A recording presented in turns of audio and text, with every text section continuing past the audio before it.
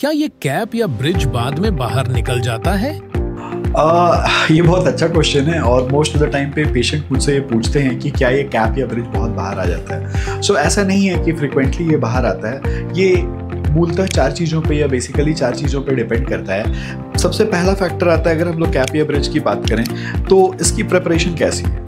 जब भी हम लोग इसको प्रिपेयर करते हैं तो हम लोग को ऐसा प्रिपेयर करना होता है, और डेंटिस्ट अपना बेस्ट देके वो प्रिपेयर करता है कि जो बक्कल वॉल हो that should be parallel to the lingual wall and the medial wall should be parallel to the distal wall. तो जब हम लोग की प्रिपरेशन वैसी रहती है तो कैप के बाहर आने के चांसेस बहुत कम होते हैं। सेकेंड थिंग, दूसरा, कैप बनाने की 2 पद्धति होती है। एक जो हाथ द्वारा बनाया जाता है और दूसरा जिसको हम लोग कैड कैम से बनाते हैं। तो जिसको हम लोग कैड कैम से बनाते हैं उसकी फिटिंग या प्रिसाइज बहुत बारीकी से होती है, जिसको एक्चुअल में बाहर निकालना बहुत मुश्किल होता है। लेकिन जो हैंडमेड कैप बने होते हैं उसमें उतनी बारीकी नहीं हो पाती है, तो उसके खुलने के चांसेस कैड कैम के कैपों की तुलना में थोड़ी ज़्यादा होती है। थर्ड थिंग, इसमें सीमेंट कौन सा यूज़ किया जा रहा है जिससे हम लोग इसके ऊपर बैठाते हैं। तो सीमेंटिंग मीडियम ऑल्सो भी एक तरीका होता है जिससे हम लोग ये जान पाते हैं। और सबसे इम्पॉर्टेंट बात, डिपेंड करता है कि दांत की लंबाई क्या है। बिकॉज दांत की लंबाई जितनी ज़्यादा होगी कैप की पकड़ उतनी अच्छी होगी। अगर आपके दांतों की हाइट बहुत छोटी है तो उसको जब प्रिपेयर किया जाएगा तो जो रिमेनिंग अमाउंट ऑफ टूथ रहेगा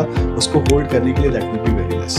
इन that condition there are chances of cap coming out, जिसको कोई भी एक स्मार्ट डेंटिस्ट अलग मीडियम से giving some retentive grooves and all that उसको बचा पाता है। तो ऐसा नहीं है कि कैप बाहर आ जाते हैं, कैप टिकते हैं और लंबे चलते हैं and it depends on the factors. तो मेरा रिकमेंडेशन आप लोगों से रहेगा कि कभी भी आप कैपिंग के लिए जा रहे हैं अगर, तो go for a CAD CAM cap which is more precise and that's how it works.